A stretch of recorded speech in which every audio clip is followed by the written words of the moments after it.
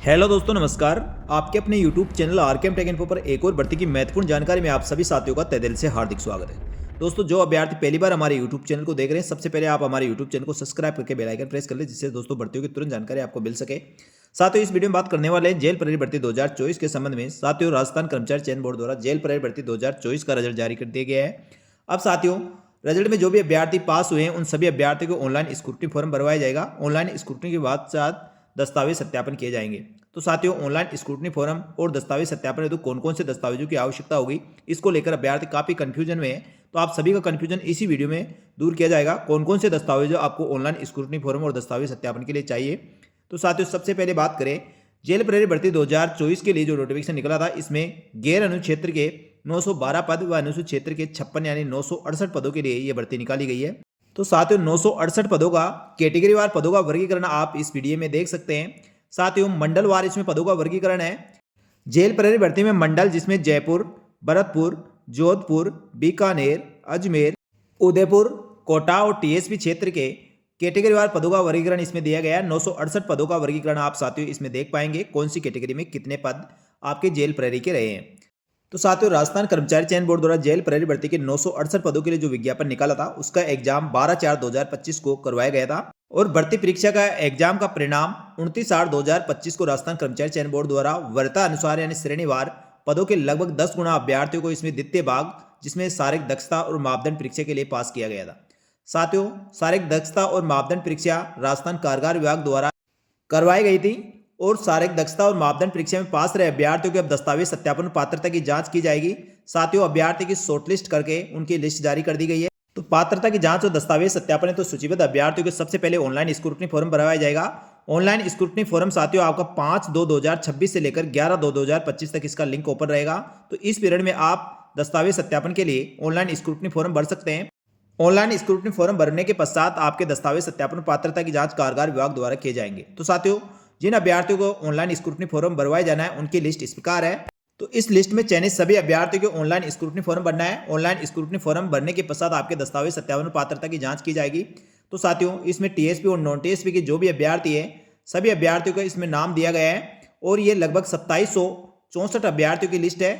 तो सभी अभ्यर्थियों को ऑनलाइन स्क्रूटनी फॉर्म और दस्तावेज सत्यापन करवाने हैं। तो साथियों, ऑनलाइन स्क्रूटनी फॉर्म और दस्तावेज सत्यापन के लिए कौन कौन से दस्तावेजों की आवश्यकता होगी, इसके लिए राजस्थान कर्मचारी चयन बोर्ड द्वारा जो पूर्व में जारी विज्ञापन था, जो सबसे पहले विज्ञापन जारी किया गया था, उस विज्ञापन को आपको जरूर देखना चाहिए। सारे नियम शर्तें उसी में लिखी हुई है, उसके अनुसार आपके दस्तावेज सत्यापन और पात्रता की जांच की जाएगी। तो साथियों, इसके पॉइंट नंबर आपको 20 देखना होगा।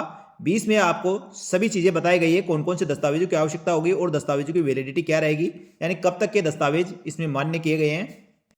पॉइंट नंबर 20 में अभ्यर्थियों के प्रमाण पत्र के संबंध में प्रावधान, ये कार्मिक विभाग द्वारा जारी परिपत्र दिनांक 22/8/2024 द्वारा पात्रता की जांच और दस्तावेज सत्यापन की कार्रवाई संबंधित विभाग द्वारा की जाएगी। अभ्यर्थियों की पात्रता की जांच में समुचित निर्णय संबंधित विभाग द्वारा किया जाएगा। या आवेदक द्वारा ऑनलाइन आवेदन पत्र में जो भी आपने शैक्षणिक योग्यता और तकनीकी योग्यता भरी है, उसको अंतिम रूप से मान्य किया जाएगा। ऑनलाइन आवेदन पत्र में दर्ज योग्यता के अतिरिक्त अन्य संस्था, विश्वविद्यालय प्रदत्त डिग्री, डिप्लोमा स्वीकार व मान्य नहीं किया जाएगा। अतः आवेदकों को सावधानी पूर्वक अपनी शैक्षणिक योग्यता आपने ऑनलाइन आवेदन फॉर्म में भरी होगी। साथियों, अभ्यर्थियों को विशेष वर्ग हेतु आरक्षित पद का लाभ तभी देय होगा उनके मूल दस्तावेजों की जांच उपरांत अभ्यर्थी निम्नानुसार नियुक्ति के पात्र होंगे।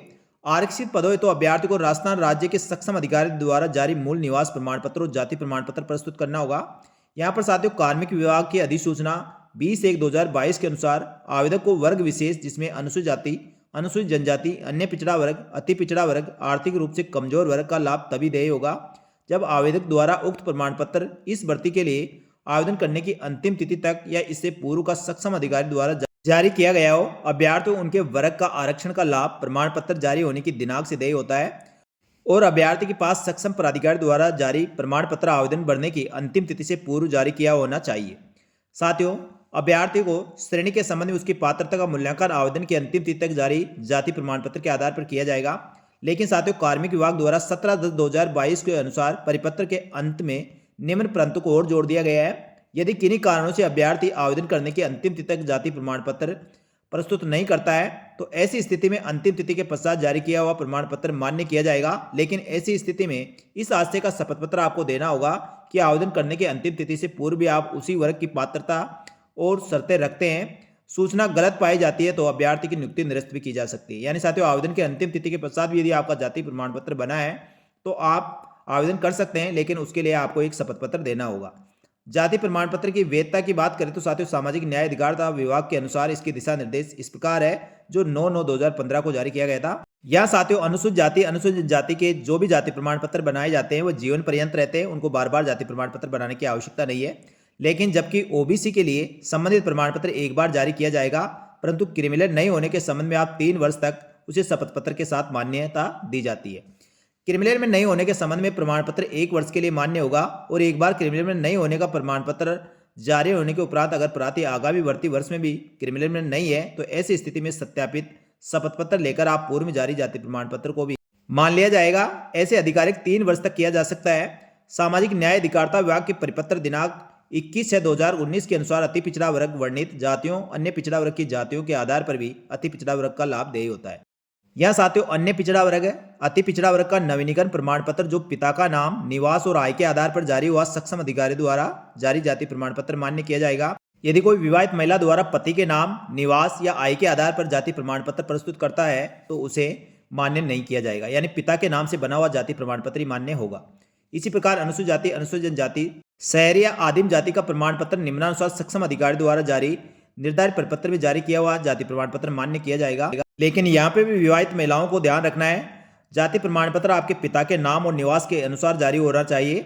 यदि आपके पति के नाम और निवास के आधार पर यदि जाति प्रमाण पत्र जारी करवाया गया है तो वह मान्य नहीं किया जाएगा। यानी साथियों, सभी वर्ग में जाति प्रमाण पत्र पिता के नाम से और उनके निवास और स्थान के आधार पर बना हुआ जाति प्रमाण पत्र ही मान्य किया जाएगा। साथ ही दोस्तों, आर्थिक रूप से कमजोर वर्ग के अभ्यर्थी को जारी किया जाने वाला इनकम एसेट सर्टिफिकेट की वैधता संबंध में सामाजिक न्याय अधिकारिता विभाग के परिपत्र के आधार पर राज्य के लिए जारी इनकम एसेट सर्टिफिकेट 1 वर्ष के लिए मान्य होगा। एक बार इनकम एसेट सर्टिफिकेट जारी होने के उपरांत अगर प्रार्थी आगामी भर्ती वर्ष में आर्थिक कमजोर वर्ग के लिए निर्धारित मापदंडों के अनुसार पात्रता रखता है तो ऐसी स्थिति में प्रार्थी सत्यापित संलग्न शपथ पत्र के आधार पर साथियों इसे 3 वर्ष तक आप लगा सकते हैं और 3 वर्ष तक मान्य किया जाएगा। अभ्यर्थी को दस्तावेज सत्यापन के समय समस्त शैक्षणिक और प्रशैक्षणिक योग्यता, आयु, वैवाहिक स्थिति, परित्यागता, भूतपूर्व सैनिक, उत्कृष्ट खिलाड़ी, विशेष योग्य जन संबंधी मूल दस्तावेज आपको प्रस्तुत करना अनिवार्य है। भूतपूर्व सैनिकों के पदों हेतु आरक्षित पदों का लाभ ऑनलाइन आवेदन की अंतिम निर्धारित दिनांक तक सक्षम स्तर से जारी सेवानिवृत्ति प्रमाण पत्र एनओसी प्रमाण पत्र प्रस्तुत करने पर दिया जाएगा। इसी प्रकार उत्कृष्ट खिलाड़ियों के पदों हेतु सक्षम स्तर से जारी खेल प्रमाण पत्र जो ऑनलाइन आवेदन करने की अंतिम तिथि निर्धारित दिनांक से पूर्व का जारी किया हुआ होना चाहिए, तब जाके उत्कृष्ट खिलाड़ी कोटे का आपको लाभ दिया जाएगा। इसी प्रकार विधवा श्रेणी में आवेदन करने वाली महिलाओं को अभ्यर्थी के पास पति का मृत्यु का प्रमाण पत्र और साथ ही पति के नाम लिंक ऐसा कोई दस्तावेज प्रस्तुत करना होगा जिसमें उसके पति का नाम अंकित हो, जैसे विवाह प्रमाण पत्र, आधार कार्ड, राशन कार्ड, बच्चे के जन्म प्रमाण पत्र आदि। इसी प्रकार परित्यागता विवाह विच्छेद श्रेणी में आवेदन करने वाली महिलाओं के पास अंतिम तिथि से पूर्व तक मान्य न्यायालय द्वारा जारी विवाह विच्छेद डिक्री प्रमाण पत्र प्रस्तुत करने पर ही उनको परित्यागता श्रेणी का लाभ दिया जाएगा। इसी प्रकार साथियों, शासन सचिवालय के पत्र क्रमांक 22/5/2006 के पश्चात राजकीय सेवा में नियुक्ति हेतु विवाह पंजीकरण करवाया जाना अनिवार्य है। यानी 22/5/2006 के पश्चात यदि आपकी शादी हुई है तो विवाह प्रमाण पत्र आपको अनिवार्य रूप से प्रस्तुत करना होगा। उससे पूर्व आपकी शादी हुई है तो साथियों आपको शपथ पत्र से भी काम चल जाएगा। इसी प्रकार विवाहित महिलाओं के लिए संतान संबंधी घोषणा पत्र प्रस्तुत करना अनिवार्य है और परित्यागता श्रेणी महिलाओं को ऑनलाइन आवेदन की अंतिम तिथि तक पुनर्विवाह नहीं किए जाने के संबंध में या परित्यागता श्रेणी में होने संबंधी शपथ पत्र आपको प्रस्तुत करना होगा। अभ्यर्थी को अंतिम शैक्षणिक संस्था द्वारा जारी चरित्र प्रमाण पत्र आपको देना होगा। यानी जहां से आपने अंतिम शैक्षणिक योग्यता प्राप्त की है वहां के शिक्षण संस्थान से आपको चरित्र प्रमाण पत्र बनवाना होगा और ये ऑनलाइन स्क्रूटनी फॉर्म और दस्तावेज सत्यापन दोनों के समय आपको चाहिए होगा। इसी प्रकार साथियों, आपको 2 चरित्र प्रमाण पत्र और बनाने होंगे जो अलग अलग राजपत्र अधिकारी द्वारा जारी चरित्र प्रमाण पत्र आपको प्रस्तुत करना होगा। यानी आपके आसपास कोई भी 2 प्रतिष्ठित व्यक्ति या 2 राजपत्र अधिकारी से आपको 2 अलग से चरित्र प्रमाण पत्र बनाने होंगे। और दस्तावेज सत्यापन में सफल रहे और 1 गुना की लिस्ट में आने पर साथियों आपको नियुक्ति और पदस्थापन के समय पुलिस चरित्र प्रमाण पत्र और स्वास्थ्य प्रमाण पत्र की आवश्यकता होगी। यानी अंतिम रूप से चयन होने पर आपको साथियों पुलिस चरित्र सत्यापन करवाना होगा। यह आपको कार्य ग्रहण करते समय नियुक्ति प्राधिकरण को प्रस्तुत करना होगा जिसमें आवेदन के विरुद्ध किसी प्रकार के आपराधिक प्रकरण का उल्लेख नहीं होना चाहिए जिससे राज्य सेवा में नियुक्ति में बाधा या समस्या उत्पन्न हो। किसी आपराधिक प्रकरण में दोष सिद्ध होने या प्रकरण पर वाद न्यायिक रूप से विचाराधीन होने पर कार्मिक विभाग के परिपत्र क्रमांक 4/12/2019 के अनुसार अभ्यर्थी की पात्रता का निर्धारण किया जाएगा। इसी प्रकार साथियों अभ्यर्थी को चयन उपरांत सक्षम प्राधिकार द्वारा जारी चिकित्सा संबंधित चिकित्सा प्रमाण पत्र यथा समय नियुक्ति प्राधिकार को प्रस्तुत करना होगा। यह पूर्ण रूप से स्वास्थ्य और राज्य सेवा के लिए पूर्णतः उपयुक्त हो तो आपको पुलिस चरित्र प्रमाण पत्र और स्वास्थ्य प्रमाण पत्र कार्य ग्रहण करते समय चाहिए होगा। अभी साथियों पुलिस चरित्र और स्वास्थ्य प्रमाण पत्र की आपको आवश्यकता नहीं रहेगी। ऐसे आवेदक जो पहले राजकीय सेवा में है उस और राजकीय औद्योगिक उपक्रमों में कार्यरत है तो उसे किसी प्रकार अन्य संगठनों में हो, गैर सरकारी संगठनों में नियुक्ति हो, उन्हें नियुक्ति के समय अपने नियोक्ता को अनापत्ति प्रमाण पत्र प्रस्तुत करना होगा। जो आवेदक पहले से ही राजकीय सेवा उपक्रमों में कार्यरत है अपने नियोक्ता को इस भर्ती के आवेदन करने की लिखित सूचना आपने दी होगी और वहां से एनओसी प्रमाण पत्र आपने ले लिया होगा तो वह एनओसी प्रमाण पत्र आपको साथियों दस्तावेज सत्यापन और कार्यग्रहण करके समय आपको जमा कराना होगा। यदि कोई अभ्यर्थी दोस्तों दूसरी सेवा से त्यागपत्र देकर आ रहा है तो त्यागपत्र देकर नवनियुक्त समय त्यागपत्र स्वीकार करने संबंधी आपको आदेश प्रस्तुत करना होगा। उपरोक्त प्रमाण पत्र ऑनलाइन आवेदन करने की अंतिम निर्धारित दिनांक तक जारी होना अनिवार्य है। ऑनलाइन आवेदन की अंतिम निर्धारित दिनांक के पश्चात प्रमाण पत्र जारी होने पर उस विशेष का लाभ आपको नहीं दिया जाएगा। इस चीज़ का अभ्यर्थी ध्यान रखें। आवेदक द्वारा ऑनलाइन आवेदन पत्र पर उपलब्ध कराई गई सभी सूचनाओं के आधार पर अभ्यर्थियों की पात्रता की जांच परीक्षा परिणाम जारी किए जाने के उपरांत दस्तावेज सत्यापन के समय की जाएगी। अतः इस संबंध में पात्रता के संबंधी उत्तरदायी स्वयं अभ्यर्थी होगा और पात्रता संबंधी दस्तावेजों की जांच के समय पात्र नहीं पाए जाने पर अभ्यर्थी अपात्र माना जाएगा। जानबूझकर गलत सूचना दिए जाने की स्थिति में नियमानुसार कार्रवाई भी की जाएगी। तो साथियों जेल प्रेरित भर्ती के लिए ऑनलाइन स्क्रूटनी फॉर्म और दस्तावेज सत्यापन के लिए आपको कौन कौन से दस्तावेजों की आवश्यकता होगी और दस्तावेजों की वैलिडिटी क्या रहेगी सभी जानकारी आपको इसमें मिल गई है। ये जानकारी अच्छी लगी तो वीडियो को लाइक जरूर करें। तो साथियों आपको सबसे पहले ऑनलाइन आवेदन पत्र जो आपने ऑनलाइन आवेदन फॉर्म भरा था वह आप डाउनलोड कर ले। जो पीईटी पीएचडी आप फिजिकल पास करें उसका एडमिट कार्ड अपने पास रखना है। समस्त शैक्षणिक योग्यता के प्रमाण पत्र जिसमें साथियों आपकी 10वीं की अंकतालिका, 12वीं की अंकतालिका और ग्रेजुएशन कर रखी है तो ग्रेजुएशन की अंकतालिकाएं तो ये समस्त अंकतालिकाएं, साथ ही दोस्तों इसके प्रमाण पत्र और आपने कोई डिग्री कर रखी तो उसकी डिग्री नहीं है तो आप उसका प्रोविजनल सर्टिफिकेट संबंधित यूनिवर्सिटी से बनवा ले। ये तो आपके शैक्षणिक योग्यता के प्रमाण पत्र हो गए। इसी प्रकार आपके जाति प्रमाण पत्र, मूल निवास प्रमाण पत्र आपको तैयार रखने हैं। साथ ही दोस्तों यदि आवेदन करने की अंतिम तिथि के पश्चात आपने जाति प्रमाण पत्र बनाए उसके लिए आप शपथ पत्र बना ले। इसी प्रकार साथियों क्रिमिनल नहीं होने के संबंध में आपको शपथ पत्र के साथ 3 वर्ष तक आप अपना सर्टिफिकेट चला सकते हैं। उसी प्रकार ईडब्ल्यूएस के लिए भी इनकम एसीएस सर्टिफिकेट भी आप 3 वर्ष तक चला सकते हैं यदि आपकी आय में चेंज नहीं हुआ है और आप दोस्तों ईडब्ल्यूएस श्रेणी में ही हैं। इसके अलावा साथियों जो भूतपूर्व सैनिक है उनको सेवानिवृत्ति प्रमाण पत्र एनओसी प्रमाण पत्र की आवश्यकता होगी। उत्कर्ष खिलाड़ी कोटे से जिन अभ्यर्थियों ने आवेदन कर रखा है उनको साथियों आवेदन करने की अंतिम तिथि से पूर्व आपके पास खेल प्रमाण पत्र होना चाहिए। विधवा महिलाओं को विधवा प्रमाण पत्र, साथ ही जो परित्यागता महिलाएं उनको डिग्री प्रमाण पत्र आवेदन करने की अंतिम तिथि से पूर्व जारी किया होना चाहिए।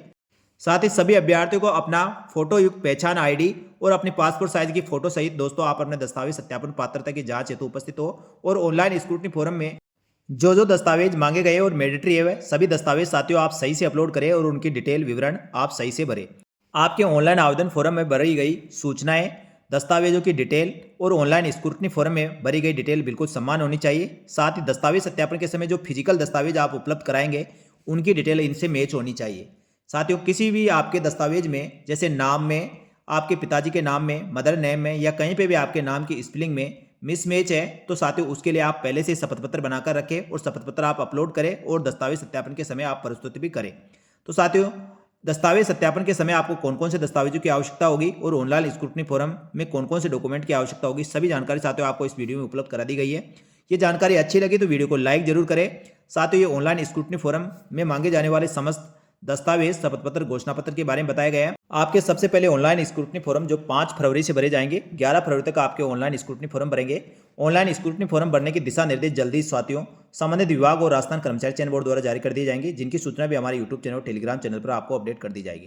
तो साथियों जानकारी अच्छी लगी तो वीडियो को लाइक करके आप अपने अन्य साथियों को भी शेयर करें और जिन भी अभ्यर्थियों का दस्तावेज सत्यापन हेतु चयन हुआ है सभी अभ्यर्थी अपने ऑनलाइन स्क्रूटनी फॉर्म भर के दस्तावेज सत्यापन जरूर कराएं, क्योंकि साथियों काफ़ी अभ्यर्थी ऐसे होंगे जो अन्य भर्तियों में चयनित हो चुके हैं और उनका चयन यहाँ पर जेल प्रेरित भर्ती में भी हुआ है। तो काफ़ी अभ्यर्थियों के साथ ही इसमें वेटिंग भी क्लियर होगी, इसलिए सभी अभ्यर्थी अपने दस्तावेज सत्यापन करवाएं। साथ ही दोस्तों ऑनलाइन स्क्रूटनी फॉर्म और दस्तावेजों के संबंध में किसी प्रकार के कोई भी आप कंफ्यूजन है तो कमेंट करके जरूर पूछे, आपकी सभी समस्याओं का समाधान करने का प्रयास किया जाएगा। तो साथियों इस प्रकार जेल परेड भर्ती के साथ ही राजस्थान सरकार की समस्त भर्तियों की संपूर्ण सटीक जानकारी के लिए हमारे YouTube channel RKM take info को सब्सक्राइब करके बेल आइकन प्रेस कर लें। साथ ही दोस्तों हमारे टेलीग्राम चैनल को जरूर ज्वाइन करें जिससे भर्तियों की तुरंत जानकारी आपको मिल सके। इस वीडियो में इतना ही, जल्दी मिलेंगे दोस्तों एक और भर्ती की महत्वपूर्ण सटीक जानकारी लेकर। तब तक के लिए धन्यवाद। जय हिंद, जय भारत।